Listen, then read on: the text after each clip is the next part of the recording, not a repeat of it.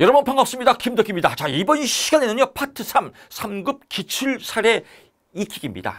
기출 문제가 핵심 엑기스, 사례 엑기스입니다. 이 엑기스를 위해서 그동안 우리들이 많은 사례들을 또 연습을 했습니다. 그 연습한 것을 이제 응집해서 큰 아름다운 게스트를 만들어 보는 작업을 하겠습니다. 갑자기 또 이런 시가 생각이 나네요. 한 그루 국화꽃을 피우기 위해서 봄부터 서쪽새는 그렇게 울었나 보다. 그렇습니다.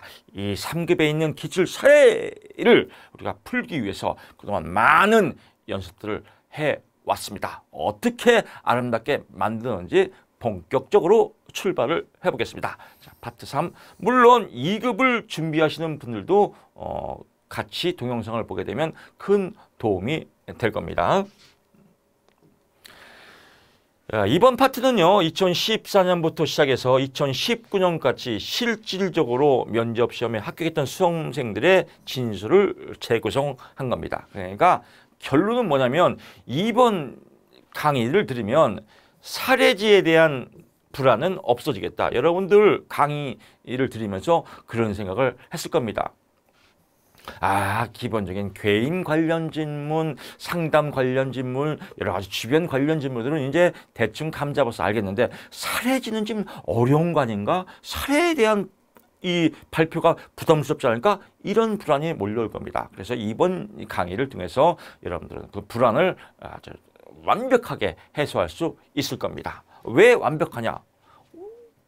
이겁니다.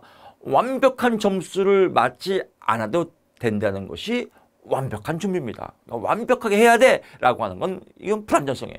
그러니까 완벽하게 준비 안 해도 돼 라고 하는 게 완벽한 합격의 길입니다. 너무 완벽하게 하려고 하지 마시고요. 너무 글자를 외우려고 하지 마시고 우리가 배웠던 대로 타당도 있게 아름답게 왼손으로 비비건 오른손으로 비비건 아름답게 비벼서 맛있게 먹자. 이게 합격의 비결입니다. 이렇게 보시면 될 것 같고요.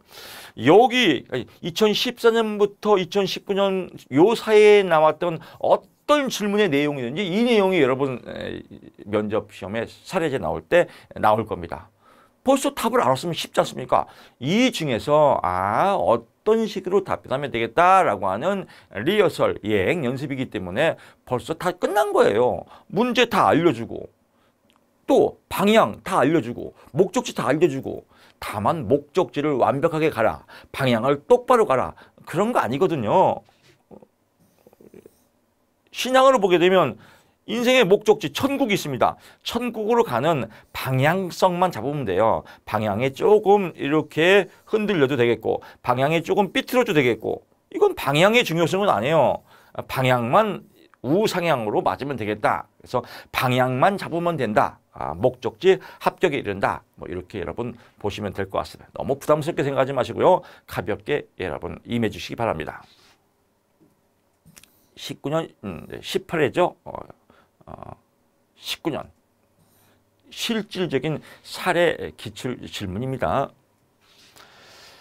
본 강의에 앞서서 또 준비할 거 항상 준비 구조화를 해야 돼요. 그래서 첫째가 답변을 할 때 구조화가 이루어져야 된다. 그래서 구조화는 뭐라겠습니까? 계속 반복적입니다. 관진목 개평, 관계 형성을 하고 내담자에 대한 문제점에 대해서 진단을 하고 또 진단 및 평가죠. 진단만 합시다. 진단. 그 다음에 상담을 어떤 식으로 이끌어갈 거냐. 목표를 설정한 다음에 개입, 중간 단계죠. 그래서 상담 이론을 바탕으로 한 개입을 해서 맨 마지막에 평가. 평가는 이제 종합평가입니다. 여기는 진단에 대한 평가고 여기는 종합평가. 종합평가는 뭐예요? 결국은 종결 단계로 마무리하자. 그래서 이건 마무리 투수. 야구로 말하면 마무리 투수.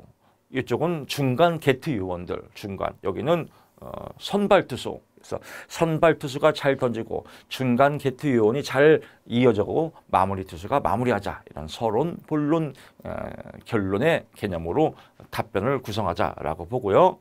두 번째는 상담 이론을 기반으로 해서 개입하자. 그냥 개입하면 안 되죠. 우리가 전문가니까 상담 이론을 도입해서 개입하자. 그래서 상담 이론, 기출문제에서 상담 이론을 개입할 수 있는 가장 많이 도입하는 것은 인지정서행동이래요. 인지예요. 대부분의 문제가 인지에서 나오거든요.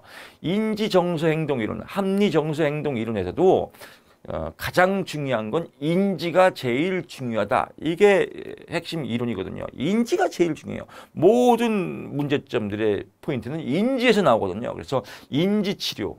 인지치료가 가장 적용하기가 쉽다. 그래서 인지치료, 인지정서행동, 앨리스의 인지정서행동, 두 번째 아론백의 인지치료, 그래서 이런 인지치료. 세 번째 많이 쓰는 게 불안이거든요. 불안. 그래서 불안감소기법, 그래서 행동주의의 체계적 둔감법, 또 주장훈련, 이런 행동주의 이론, 인지정서행동, 행동은 여기 들어가 있죠. 그러니까 그래서 인지치료 여기 들어가 있고 다 공통적인 거. 그래서 인지정서행동이 가장 많이 써요. 이게 A, B, C, D, E 이론. 자동적 사고, 비합리적 신념 이런 걸로 말꼬리 잡으면 아주 쉽습니다. 그래서 이게 제일 중요한 상담 이론이다. 여기에 파생되는 인지치료, 행동치료 들어가고요. 그 다음에 주로 쓰는 것들이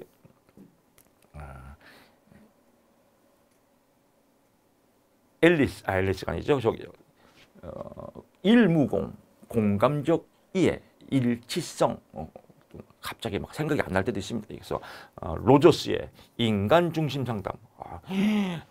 지금 조금만 2초만 늦었어도 NG 날 뻔했습니다. 이 강의를 하다 보면 또 이게 계속 하다 보면 졸리고 깜빡할 때도 있어요. 2초만 지났으면 NG 다시 갑니다. 뭐 이렇게 할 뻔했습니다. 그래서 인간 중심 이론. 이럴 때도 만약에 여러분 답변할 때도 갑자기 쉬운 문제 생각이 안 날 때도 있습니다. 그러면 죄송합니다. 제가 너무 긴장해서요.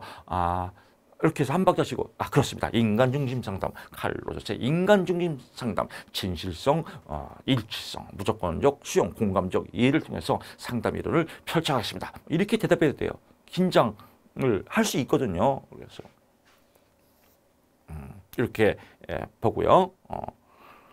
그 다음에 나오는 것들이 주로 나오는 것들이 이제 현실 치료, 그래서 책임성, 직면 뭐 이런 것들, 또 게스탈트, 미해결 과제를 해결하는 게스탈트 상담 기법, 또 실존주의, 사느냐 죽느냐 이것이 모른다.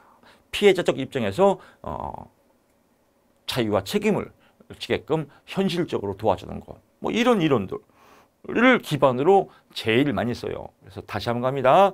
인지정서행동, 인지치료, 행동주의 중에서도 체계적 둔감법, 주장훈련, 또 인간중심 상담에서 공감과 수용, 무조건적 수용, 또 실존주의에서 사느냐 죽느냐 이것이 문제로다. 실존적으로 살 수 있게끔 도와주는 거, 피해자적 입장에서 벗어나도록 도와주는 거, 또 현실치료,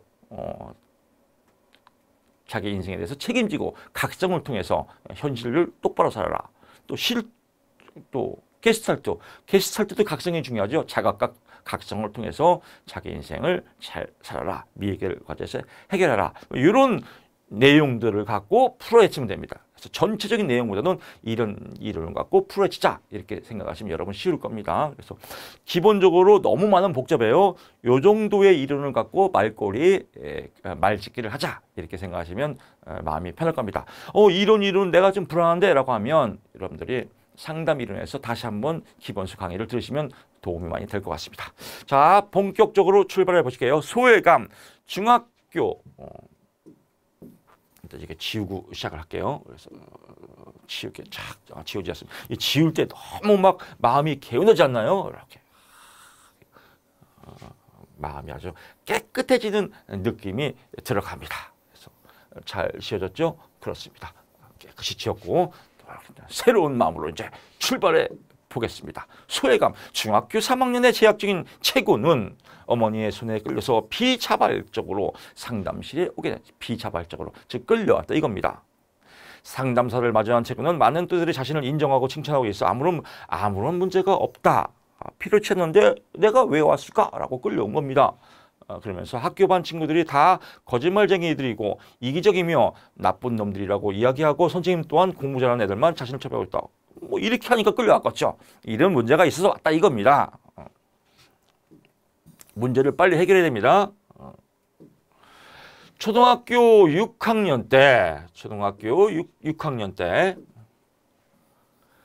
체육 시간에 같은 반 친구의 지갑이 없어졌는데 하필 그 체육 시간에 약간 배가 아파서 먼저 교실에 들어온 채군을 모두 의심했다 이거예요. 담임 선생님마저 자신을 교무실 데려가서 또 윽박질렀어요. 채군은 자신의 결백을 강하게 주장하였지만 아무도 믿어지지 않았어요. 억울함이죠. 억울함.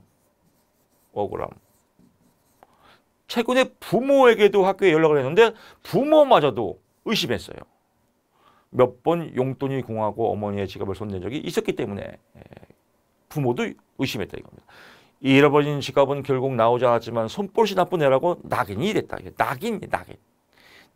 찍혔단 말이에요. 도둑놈이라고. 얼마나 억울하겠어요. 그런데 부모님한테도 이런 전과가 있단 말이에요. 그러니까 부모도 의심했단 말이에요. 부모까지도 의심하고 다 의심하고 이런 상황이란 말이에요. 사실 여기서 이제 비자발적으로 끌려온 거는 이거죠. 나 아무 죄가 없는데 왜 그래? 나한테 문제가 없어. 근데 부모도 오해하고 선생님도 오해하고 친구들도 오해하고 이러면서 뭔가 내면에 문제점이 생긴 거죠. 중학교에 진학한 이후에 채구는 학교 친구와 사귀지 않고 선생님에게 말대꾸하고 저항하고 아픈 학생으로 골치 아픈 학생으로 통하고 있다. 문제가 된 거예요. 무엇 때문에? 이 낙인 효과 때문에. 여기서 문제는 낙인 효과예요. 찍혔다 이거예요. 이것 때문에 문제가 돼서 학교 적응을 못해요. 그러다가 자기 세계에 갇힌 거예요. 게임을 통해서 최근은 글재주가 좋아 자신의 블로그를 통해서 글을 읽내지 말았다. 성적은 중하에 뭘 공부보다는 게임과 SNS를 게임도 잘하고 SNS 활동도 하면서 글재주가 좋아요. 그러니까 여기에 자기 존재감이 생긴 거죠. 자기 효능감이 생긴 거죠. 그럼 말꼬리를 뭘로 가야 돼요? 자기 효능감으로 말꼬리를 풀어가야겠다. 자기 효능감. 이런 걸 빨리 여러분들이 재료를 만들어야 돼요. 자기 효능감. 여기서는 낙인 효과, 오해를에서 비롯된 억울함. 이런 요소들을 여러분들이 이제 말꼬리 풀어가야 돼요. 일단 뭐예요? 억울함. 그래서 문제하게 됐다. 그러면서 SNS를 통해서 자기 세계에 빠지게 됐다. 요 글감들을 이어가서 스토리를 만들어야겠죠. 최근에 보면 공부를 하지 않고 새벽까지 컴퓨터나 스마트폰을 보고 있는 최근이 걱정스럽다. 왜? SNS를 통해서 자기 존재감, 효능감이 생겼기 때문에 그렇다. 그러면 만드라에 자기 효능감을 통해서 풀어가야겠다. 첫째가 뭐예요? 자기 효능감의 원천, 우리가 배운 것처럼 달성 체험. 두 번째, 간접 체험. 이런 달성 체험. 세 번째, 칭찬과 격려. 이 칭찬과 격려는 뭐예요? 인정. 여기서 인정을 받게 되는 겁니다. 인정. 이런 재료들을 빨리 여러분들이 사례지를 보고 여러분들이 머릿속에 빨리 면접 들어가기 전에 사례지가 나오거든요. 그거 보고 빨리 풀어가야 돼. 내가 어떤 상담 이론을 전공할까? 어떤 상담 이론의 포인트를 잡을까? 자기 효능감, 이렇게 억울함, 문제야. 그러면 인지치료에서 뭐예요? 흑백 논리, 뭐 이런 것들 막 쫙 섞어서 얘기하겠다라고 보는 겁니다. 그래서 질문지가 나와요. 청소년의 문제 중에서 자신이 잘할 수 있다고 생각하는 분야는 무엇입니까? 라고 질문을 해요. 그럼 우리 카페에도 이제 그런 질문을 하는 거예요.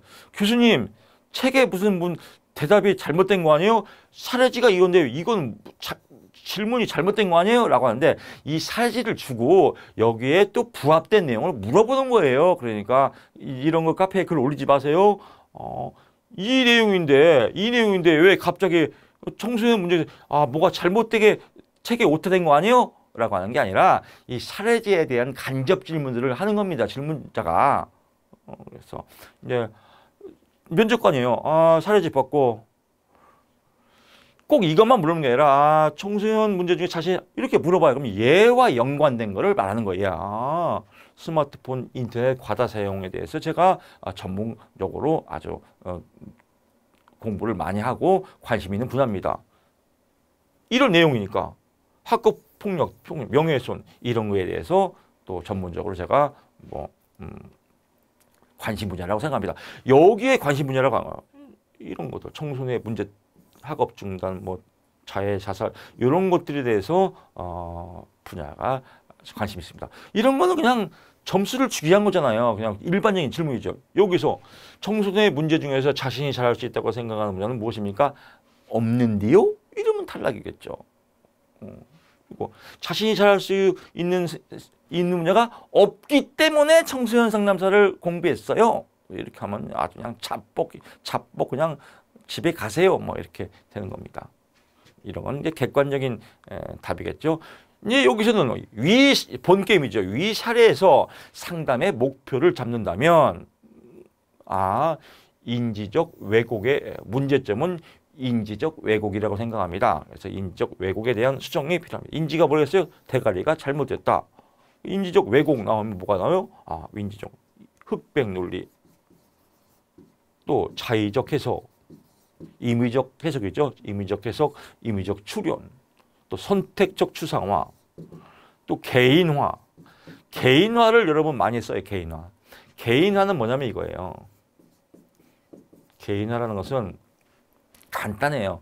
이런 경험 누구나 다 있습니다. 친구 둘이 얘기를 하는데 갑자기 내가 지나가요. 지나가는데 우연치 않게 친구 둘이 대화가 딱 끊겼단 말이에요. 다 끝났어요. 줄 얘기하다가 내가 지나가면서 딱 끝났어요. 오비라고로. 때마침. 그럴 때 지금 뭐 하는 거야? 왜 내가 가니까 말 끊어? 지금 내 얘기했지? 내 험담했지? 너희들 일로 와봐. 내 험담했지? 뭐라고 했어? 아니야, 우리 얘기하다가 그냥 딱 끝난 거야. 웃기지 마. 내 얘기했을 거 아니야. 일로 와봐. 막 이런 거. 그냥 정상 얘기면 그래? 그럼 때마침 딱 하다 끊겼구나. 이렇게 넘어가는데 아니야. 니들 분명히 내 얘기했어. 일로 와봐. 니들 막 이러면서 너 경찰에 신고할 거야. 개또라이들아. 막 이렇게 이러면 이 사람이 개또라이가 되는 거예요. 이런 거. 제가 이제 대학원 다닐 때 이상심리학을 배웠었어요. 이상심리학이야.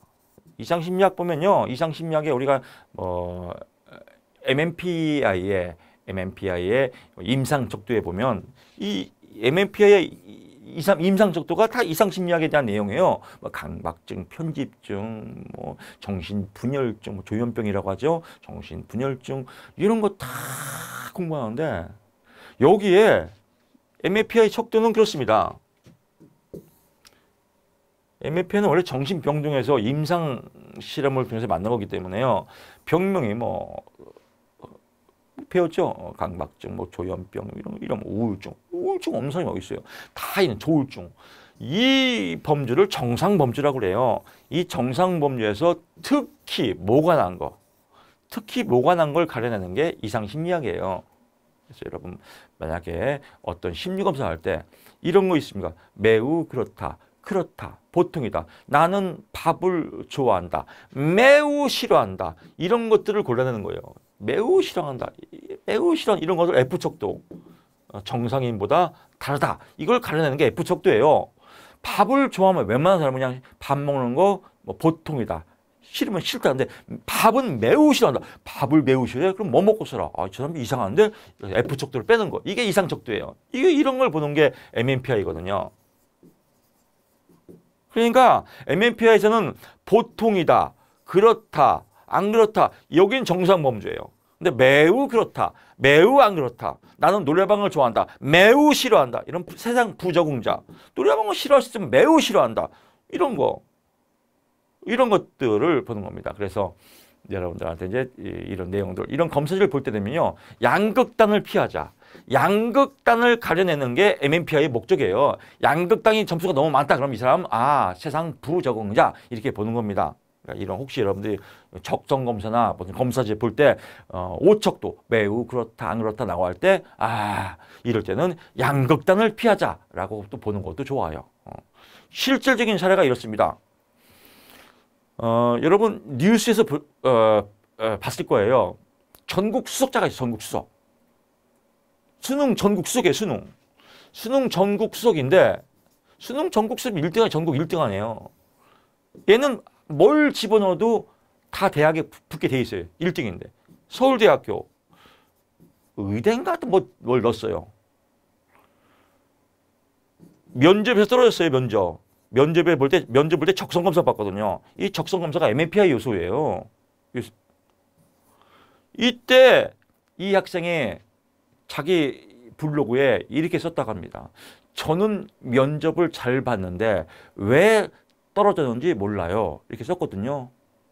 이거예요, 이거. 이 면접지에 양극단이 너무 많은 거예요. 나는 공부를 좋아한다. 매우 좋아한다. 나는 친구들하고 노는 걸 싫어한다. 매우 싫어한다. 매우 좋아한다. 양극단이 너무 많으니까 이 사람은 학교 생활 안 되겠다 해서 면접이 떨어진 거예요. 근데 본인은 면접을 잘 봤다 하거든요. 왜? 좋은 거 다 있거든요. 나는 거짓말을 싫어한다. 매우 싫어한다. 나는 정직하다. 매우 좋아한다. 그러니까 이 사람은 시간을 지켜야 된다. 철저히 지켜야 한다. 이런 거. 그러니까 이거 완벽자예요. AI도 아니고. 그래서 학교 생활 부적응자에서 떨어졌습니다.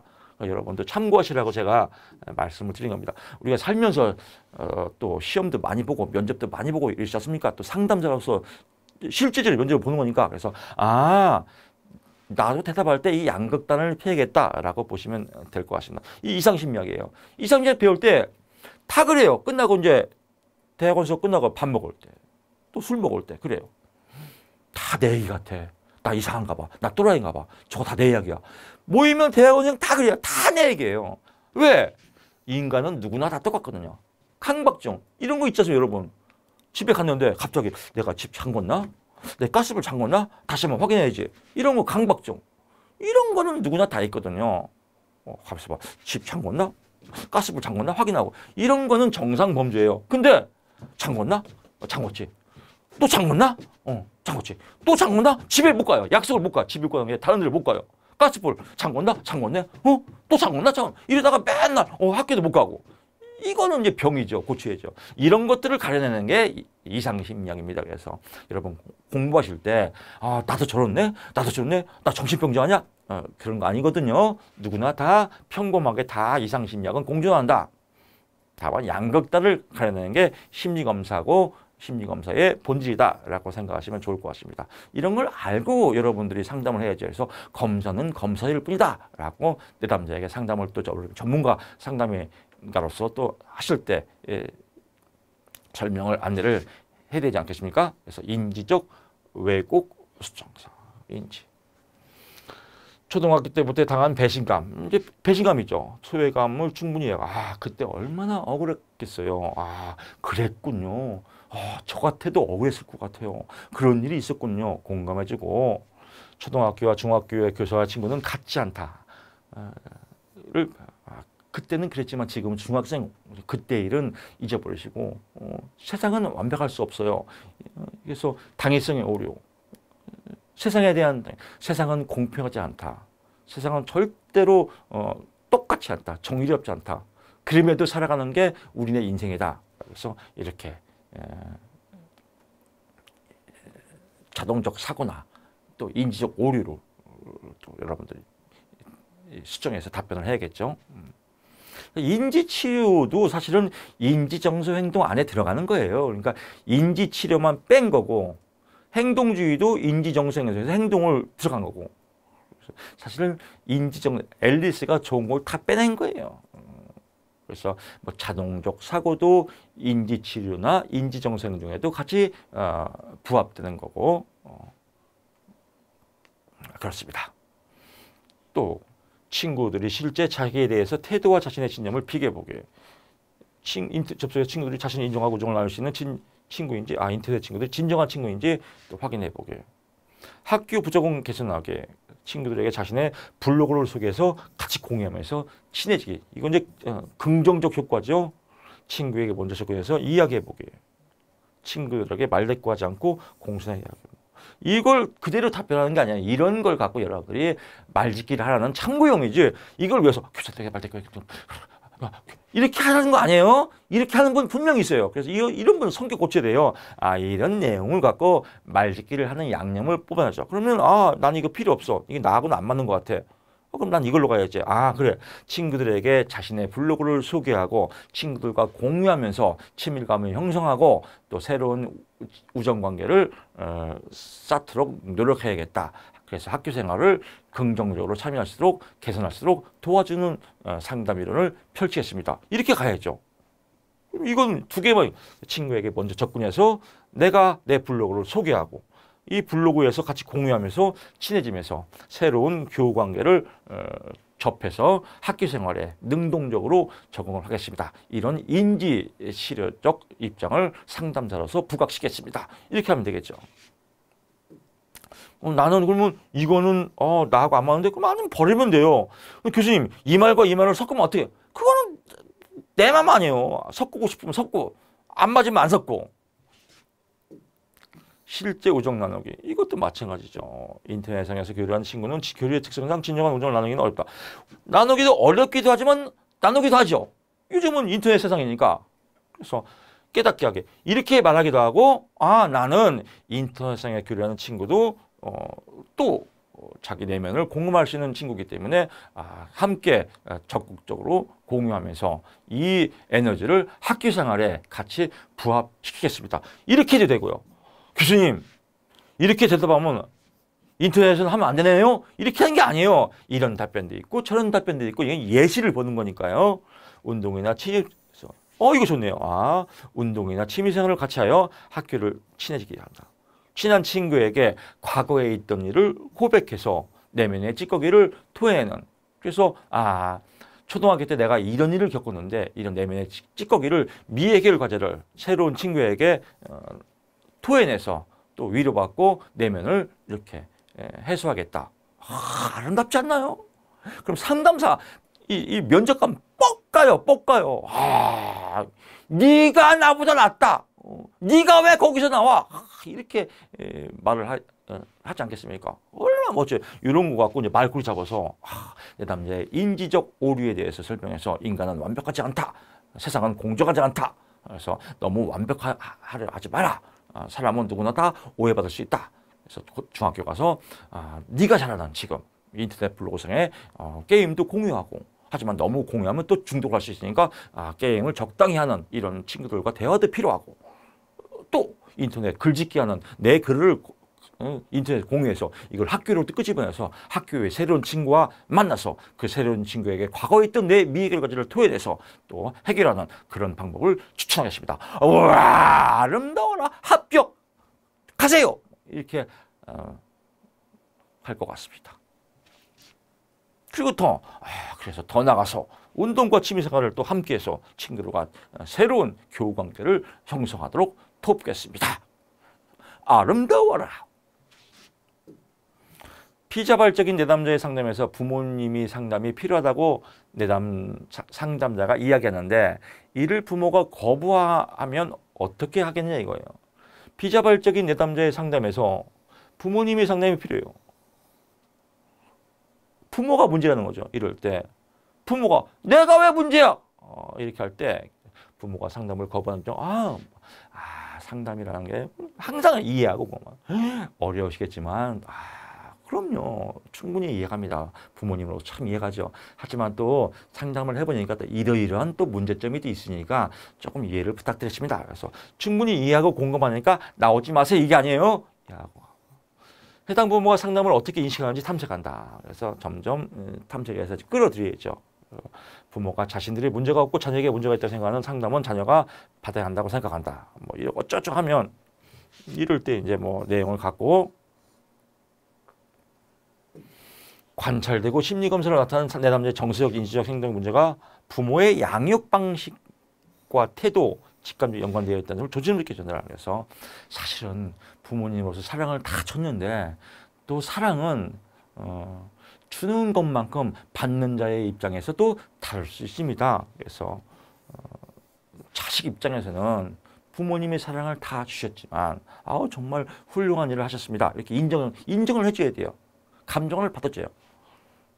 하지만 또 우리가 로의 욕구 이론을 배웠지 않습니까? 로의 욕구, 애정형, 가장 좋은 게 애정형인데 애정형으로 받아들이면 좋을 텐데 이게 너무 정서적으로 정서가 집중돼서 또 과보호가 됐고 과요구가 돼서 스트레스를 많이 받은 상황이 됐습니다.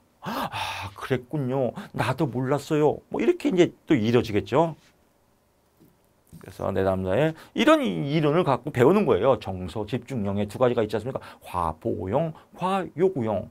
부모는 사랑을 가졌지만 받는 입장에서는 부담스러운 거예요. 너무 부모가 나한테 요구했다. 너무 나만 바라봐 집중했다. 그게 스트레스다. 이렇게 할 수 있지 않습니까? 그래서 내담자의 추구서문 자녀 부모가 공동으로 해결하는 것이 더 효과가 크다는 사실과 부모가 변해야 내담자가 변한다는 원리를 전달한다. 부모도 울고 이렇게 해서 울면서 카타르시스 토해내면서 맞아요. 저도 변하겠습니다. 이렇게 해서 이제 아름다운 가정이 이루어지겠죠. 내담자의 문제와 관계없이 부모 자신의 심리적 불편도 상담을 해서 저한테도 문제가 있군요. 그렇죠. 이렇게 본다라고 보는 겁니다.